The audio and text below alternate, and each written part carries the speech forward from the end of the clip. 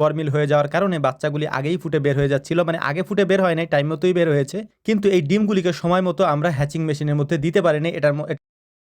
আসসালামু আলাইকুম। আলহামদুলিল্লাহ, অবশেষে আমরা বেইজিং হাঁসের বাচ্চার দেখা পেলাম। হঠাৎ করে একটি কাকতালীয় ঘটনা ঘটে যায় আজকে আমাদের খামারে। গত কিছুদিন আগে আমরা প্রায় 300 টাইগার মুরগির ডিম আমাদের মেশিনের মধ্যে দিয়েছিলাম বাচ্চা ফোটানোর জন্য। আজকে সেই টাইগার মুরগির ডিমগুলি থেকে বাচ্চা ফুটে বের হয়েছে। ওই বাচ্চাগুলিকে আজকে আমরা নামিয়ে নিয়ে ব্রুডিংয়ে দিয়ে দেবো, এই জন্যই মূলত আমরা এইখানে কাজ করতেছিলাম। হঠাৎ করে লক্ষ্য করলাম আমরা যে মেশিনের মধ্যে হাঁসের ডিম দিয়েছিলাম ওই মেশিনের মধ্যে থেকে এক ধরনের আওয়াজ আসতেছে, অর্থাৎ হাঁসের বাচ্চার আওয়াজ আসতেছে। তাড়াতাড়ি করে মেশিনটা খুললাম, মেশিনটা খুলে যেটা দেখলাম সেটা দেখার জন্য আমরা মোটেও প্রস্তুত ছিলাম না।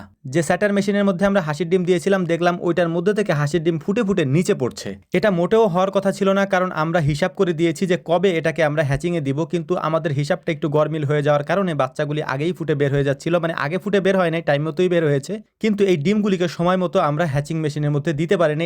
এটা স্যাটার মেশিনের মধ্যেই ফুটে গিয়েছে। আমাদের একটা ভুলের জন্যই মূলত এত বড় একটা সমস্যা হয়ে গিয়েছে। তো যাই হোক, তারপরও যে বাচ্চাগুলি ফুটে বের হয়েছে ওই বাচ্চাগুলিকে আলাদা রেখে যে ডিমগুলি ছিল ওই ডিমগুলিকে আমরা হ্যাচিং মেশিনের মধ্যে দিয়ে দিয়েছি দেখার জন্য যে আসলে বাচ্চাগুলি আসলে বাকি যেগুলি আছে এগুলি ফুটে কিনা। ওইটা দেওয়ার পর আমাদের আরও একটি যে গুরুত্বপূর্ণ কাজ রয়েছে, আর সেটা হচ্ছে যে টাইগার মুরগির বাচ্চাগুলি ফুটে বের হয়েছে এই বাচ্চাগুলিকে আমাদেরকে ব্রুডিংয়ে দিতে হবে।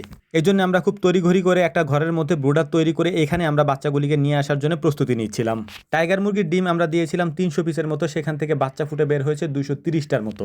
এই 230 পিস বাচ্চার জন্যই মূলত এই ব্রুডারটা আমরা তৈরি করেছি। এখন মূলত আমরা ওষুধ তৈরি করে নেব, মানে ওষুধ, পানি, তারপর খাবার সবকিছু আগে দিয়ে তারপর এখানে বাচ্চা ছাড়বো, নইলে পরে ছাড়লে সমস্যা হয়। সমস্যাটা মূলত কি হয় আমি সেটাও বলে দিচ্ছি। এখানে যখন বাচ্চাগুলি আমরা ছাড়তে যাই তখন ওই বাচ্চাগুলি আমরা যখন আওয়াজ দেই বা কোনো কিছু রাখতে যাই সেখানে এসে জড়ো হয়, এই কারণে আর রাখা যায় না। এজন্যই মূলত খাবারের পাত্র এবং পানির পাত্র এগুলি আমরা বাচ্চাগুলিকে এখানে ছাড়ার পূর্বে এখানে দিয়ে দেবো, তারপর বাচ্চাগুলিকে আমরা এখানে নিয়ে আসবো এবং বাচ্চাগুলিকে ছেড়ে দেবো। এই বাচ্চাগুলি যখন ফুটে বের হয় রাত থেকেই এদের যত্ন নিতে হয়, অর্থাৎ এরা যে খাঁচার মধ্যে ফুটে বের হয় সেই টেরে থেকে বা সেই খাঁচা থেকে যে ডিমের খোসাগুলি থাকে সেগুলিকে সরিয়ে ফেলতে হয়, না হলে ওই ডিমের লালাগুলি অন্য ডিমে লেগে ওই ডিমগুলি ফুটে না। তো যাই হোক, আলহামদুলিল্লাহ সব বাচ্চাগুলিকে আমরা বের করে নিচ্ছিলাম, তারপর আমরা গুনে দেখতেছিলাম যে কত পিস বাচ্চা হয়েছে এবং এই বাচ্চাগুলিকে 2 ভাগে বিভক্ত করে তারপর আমরা নিয়ে যাব ওই বোর্ডারের কাছে, সেটার মধ্যে আমরা দিয়ে দেবো। আলহামদুলিল্লাহ এবারে বাচ্চাগুলির সাইজে অনেক বড় হয়েছে এবং এর কোয়ালিটি অনেক ভালো হয়েছে। আলহামদুলিল্লাহ বাচ্চাগুলিকে সুন্দর করে আমরা গুনে নিয়েছি এবং আলাদা করে 2টা ট্রেতে আমরা এখন এগুলিকে ছেড়ে দেবো এই বোর্ডারের মধ্যে। মোটামুটি এই কাজগুলি শেষ করার পর বাকি যে বাচ্চাগুলি আছে, মানে হাঁসের বাচ্চাগুলি আছে, সেই হাঁসের বাচ্চাগুলিকে আমরা বের করবো ইনশাআল্লাহ। আমি আপনাদেরকে আগেই বলে দিই হাঁসের বাচ্চা ফুটেছে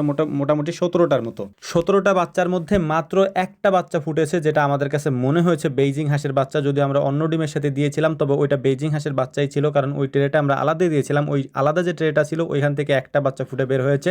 আমরা প্রায় 70টার মতো ডিম দিয়েছিলাম, এই 70টা ডিম থেকে একটা বাচ্চা আমরা পেয়েছি বেইজিং হাঁসের। এখনো পর্যন্ত আমরা শিওর না বাকি ডিমগুলা ফুটবে কিনা, কারণ আমাদের যেহেতু একটা ভুল হয়েছে এবং আর্দ্রতার একটা ব্যাপার থাকে ফোটার ক্ষেত্রে, সেইটা আমরা মেনটেন করতে পারি নাই। বাকি ডিমগুলা ফুটবে কিনা সেটাও আমরা শিওর না। তো এই কাজগুলি করার ফাঁকে আমাদের আরেক মেশিনের মধ্যে যে কোয়েল পাখির ডিমগুলা ছিল ওই ডিমগুলা আজকে আমাদেরকে হ্যাচিং মেশিনের মধ্যে দিয়ে দিতে হবে। সেই ডিমগুলোকে আমরা নামিয়ে নিয়ে সুন্দর করে স্প্রে করে তারপর আমরা এই ডিমগুলোকেও দিয়ে দিচ্ছিলাম, যাতে করে আমাদের কোনো রকম ভুল না হয়। তো আমাদের জন্য দোয়া করবেন, আল্লাহ তাআলা যেন আমাদের ব্যবসার মধ্যে বারাকা দান করেন। আসসালামু আলাইকুম ওয়া রাহমাতুল্লাহ।